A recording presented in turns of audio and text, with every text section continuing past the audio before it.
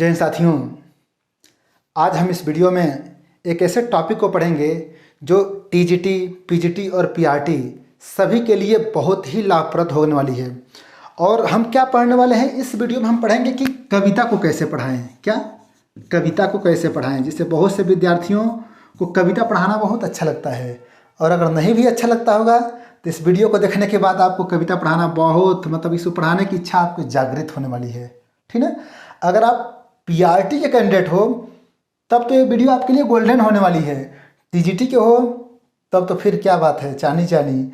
और जो कविता पढ़ाने वाले हों वो कविता कक्षा 12वीं की पुस्तक से पढ़ाने वाला हूँ।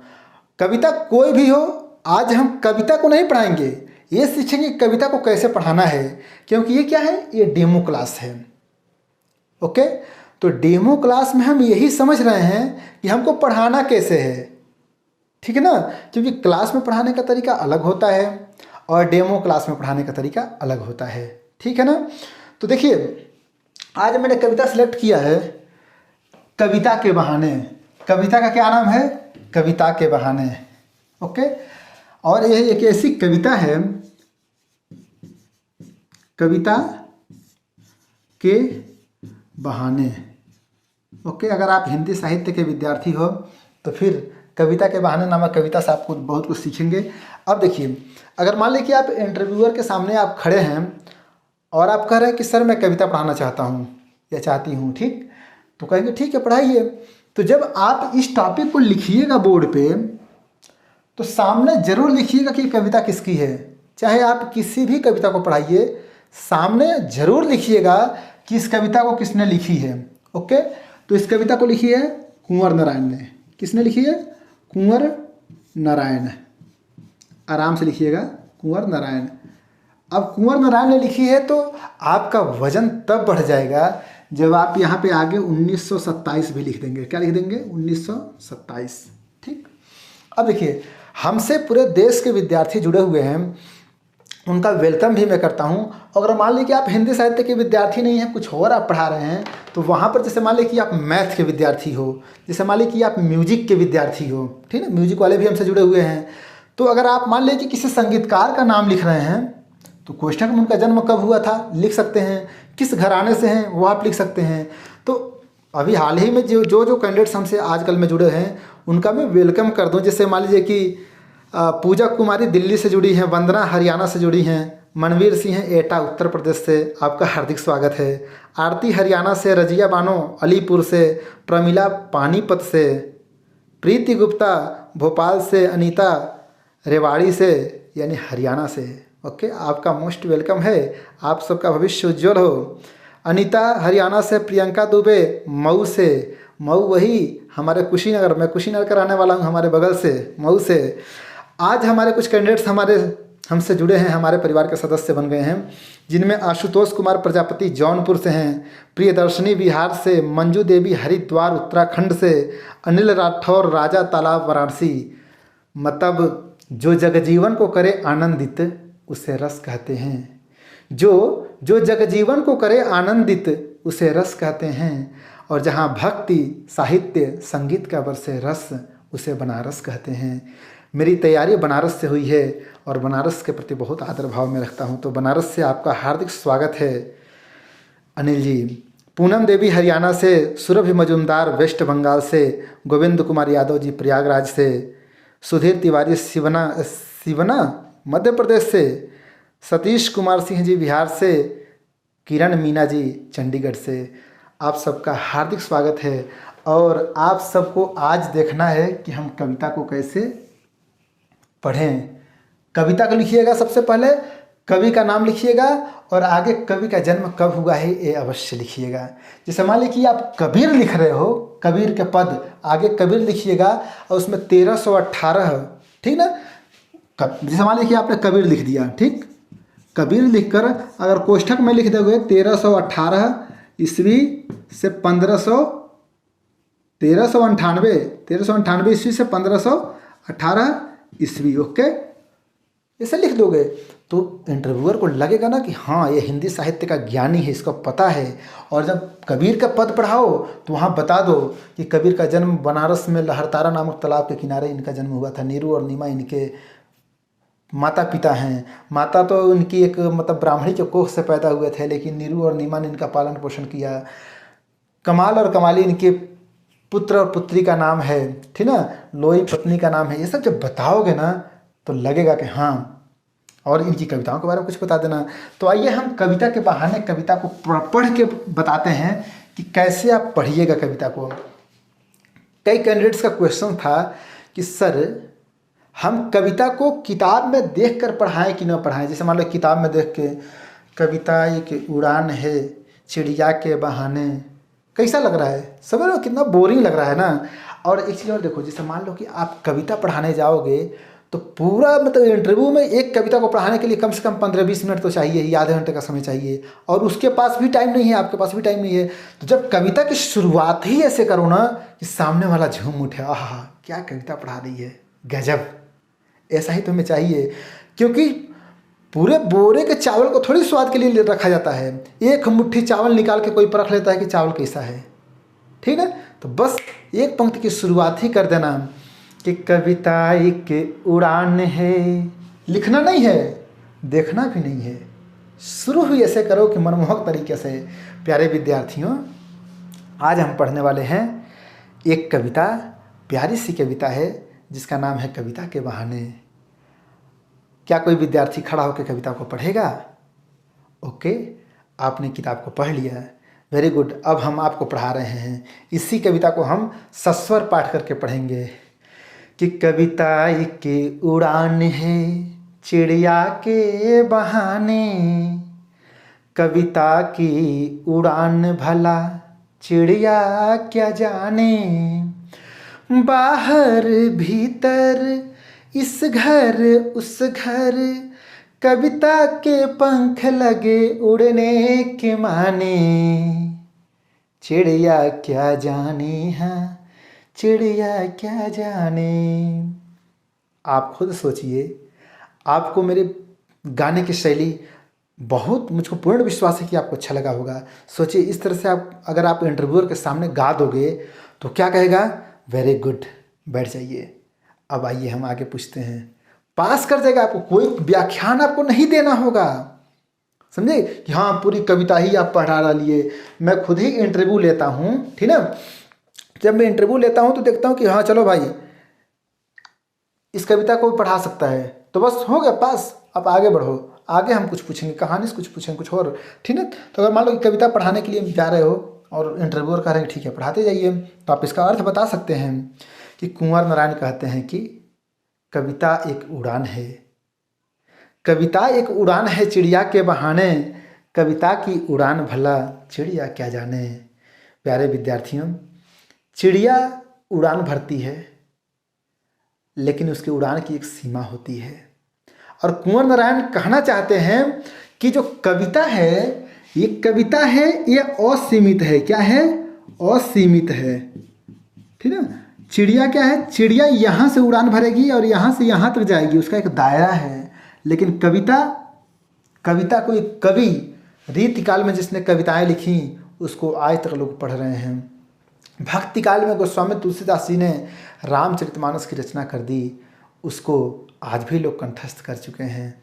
यानी कि कविता एक ऐसी चिड़िया है जिसकी कोई सीमा नहीं है, असीमित है, अपरिमित है, ठीक है।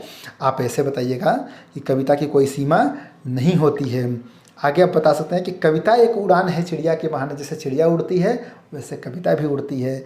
कविता की उड़ान भला चिड़िया क्या जाने, चिड़िया को क्या पता कि ये कविता भी है जिसकी उड़ान की कोई सीमा नहीं है।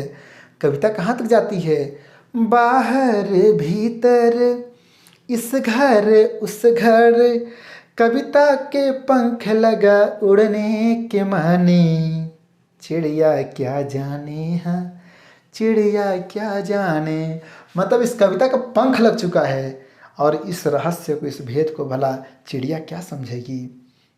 आगे कविता की तुलना फूल से की गई है और कविवर कुंवर नारायण जी क्या कहते हैं? कहते हैं कि कविता एक खिलना है फूलों के बहाने, कविता का खिलना भला फूले क्या जाने, बाहर भीतर इस घर उस घर, बिना मुरझाए महकने के माने, फूल क्या जाने हाँ फूल क्या जाने।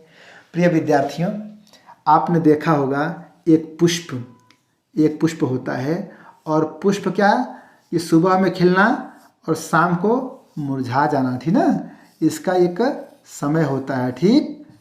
लेकिन कविता क्या है, कविता एक ऐसा पुष्प है, एक तो पुष्प यह है और एक है अपनी कविता। पुष्प का काम क्या है, इसकी ज़िंदगी क्या है, छोटी सी ज़िंदगी है लेकिन खुशबूदार ज़िंदगी है, उत्तम जीवन होता है, इससे भी जीना सीखना है। लेकिन कविता के जीवन में और पुष्प के जीवन में थोड़ा सा अंतर है। कविता आज खिलकर कल मुरझा जाए, सुबह में खिलकर शाम को मुरझा जाए, लेकिन कविता कभी मुरझाती नहीं है। कविता आज खिल गई, अमीर खुसरों की पहेलियाँ, अमीर खुसरों की उक्तियाँ आज भी लोकोक्तियाँ बन गई हैं। ओके, 1200 कुछ, कब इनका जन्म हुआ था अमीर खुसरो का, 1254 या 52 में हुआ था, तब उन्होंने लिखा था, आज भी लोग उनको गुनगुनाते हैं, ठीक है। तो ये कविता एक ऐसा पुष्प है जो कभी ना मुरझाए कभी ना कुम्हिलाए। तो कविता एक खिलना है फूलों के बहाने, कविता भी खिलती है फूलों की तरह है। कविता का खिलना भला फूल क्या जाने, इसको फूल कहाँ समझ पाएगा भाव को, ठीक।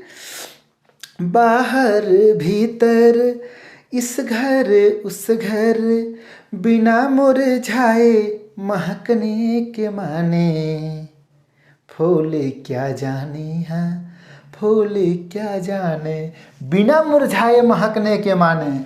यह कविता कभी मुरझाती नहीं है। विलियम शेक्सपियर की कविताएं मर्सी को पढ़िएगा, जब उन्होंने लिखी थी इस कविता को, सोचो, तब से लेकर 1554 में शायद इनका जन्म हुआ था, 1616 में देहावसान हुआ था विलियम शेक्सपियर का। उनकी जितनी भी रचनाएं हैं तब भी मुस्कुराती थी, आज भी मुस्कुराती हैं, तब भी खिली हुई थी, आज भी खिली हुई हैं।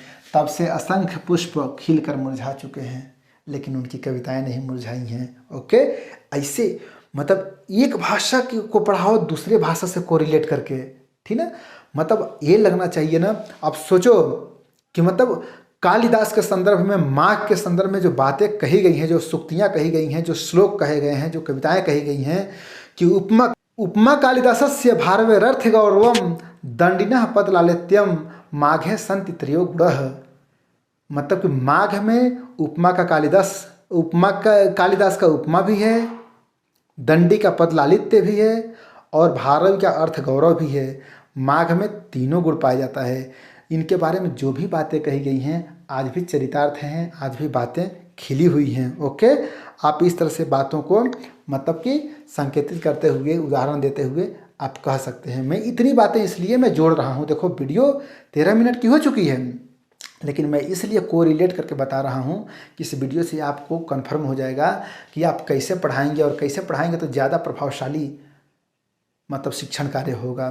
जैसे मान लीजिए हिंदी पढ़ा रहे हो, अंग्रेजी की भी बात कर सकते हो, संस्कृत की भी बात कर सकते हो। जैसे मान लीजिए कि मैंने बात में उपमा कालिदासस्य भारवेरर्थ गौरवम दंडिनः पद लालित्यम माघे संति त्रयो गुणः, इसको पढ़ते वक्त शुरुआत में मैं पढ़ा थोड़ा फंस रहा था ना, ऐसे आप भी फंस सकते हो, कोई दिक्कत नहीं है, लेकिन गाड़ी को खींच सकते हो। ये नहीं कि उदास हो गए कि वाह मेरी वीडियो बन रही है, ख़राब हो गई वीडियो, ऐसा नहीं कुछ है। इंटरव्यूअर के सामने भूल गए तो क्या हुआ भाई, संभाल लो, डीमोटिवेट नहीं होना है।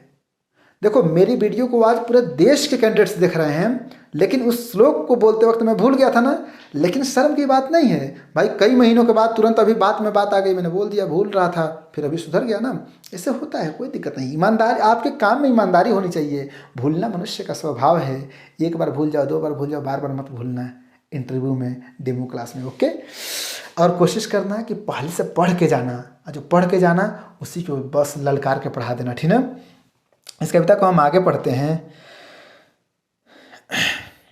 कविता एक खेल है बच्चों के बहाने, बाहर भीतर यह घर वह घर, सब घर एक कर देने के माने, बच्चा ही जाने, हाँ बच्चा ही जाने। प्रिय विद्यार्थियों, एक बच्चा होता है, गोल मटोल बच्चा होता है, ठीक ना। क्या होता है? बच्चा होता है बाबू, ठीक ना। और बाबू क्या करता है? बाबू पूरे, जैसे कि क्या होता है कि बड़े लोगों से भी बच्चे होशियार होते हैं, ठीक ना। ये देखो कितना प्यारा मैं चित्रकारी कर रहा हूँ, वो हो ठीक। इसका पैर है, ठीक ना, बाबू है, छोटा सा बाबू है, ठीक ना। दांत बना लो, ठीक ना। वो हो क्या है। एक हमारे घर में बाबू जो होता है ना, उस सबको जोड़ के रखता है। सोचिए, हम कविता के बहाने कविता में पढ़ेंगे, सीखेंगे कि जो छोटे बच्चे होते हैं, जैसे मान लें कि दो भाइयों में बंटवारा हो गया, खाना अलग अलग बनने लगा, ठीक ना।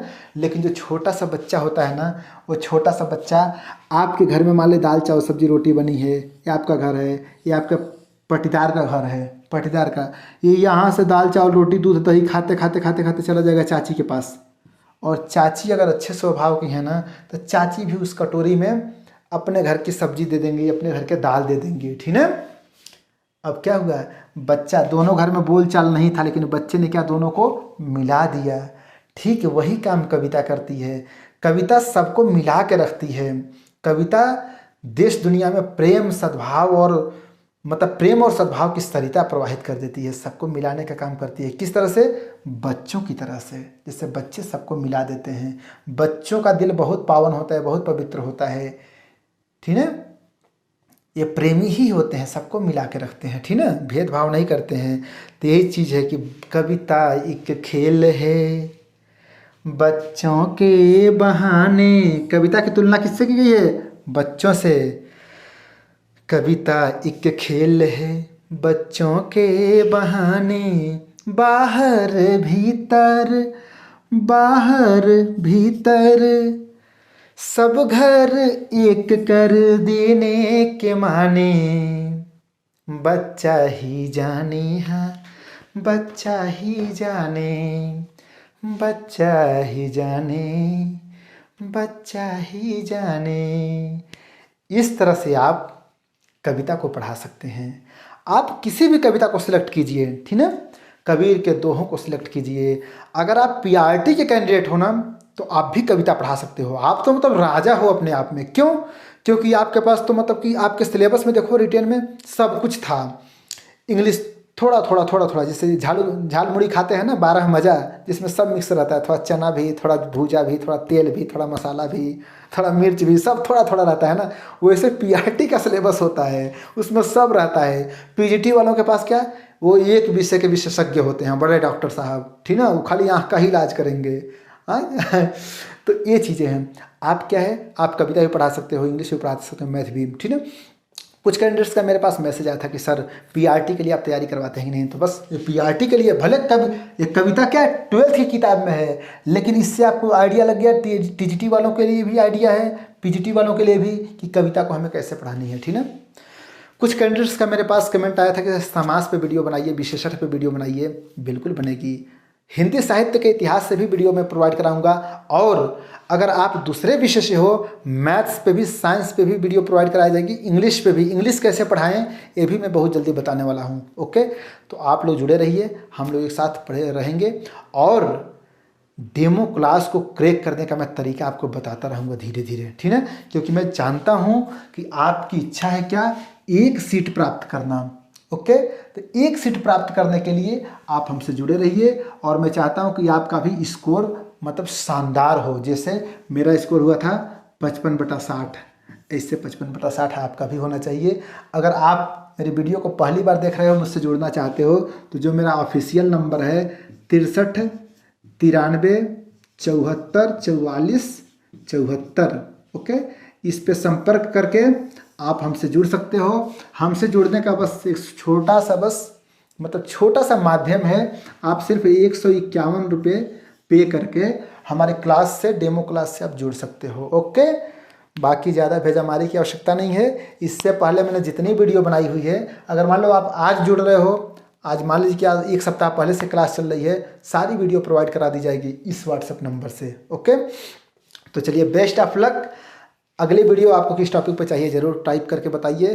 कमेंट बॉक्स में ही टाइप कीजिए, आपको कोई भी क्वेश्चन पूछना है कमेंट बॉक्स में, इस नंबर पर टाइप करने की कोई आवश्यकता नहीं है। ओके, तो फिर मिलते हैं एक शानदार वीडियो के साथ, तब तक के लिए बहुत बहुत धन्यवाद। Best of luck.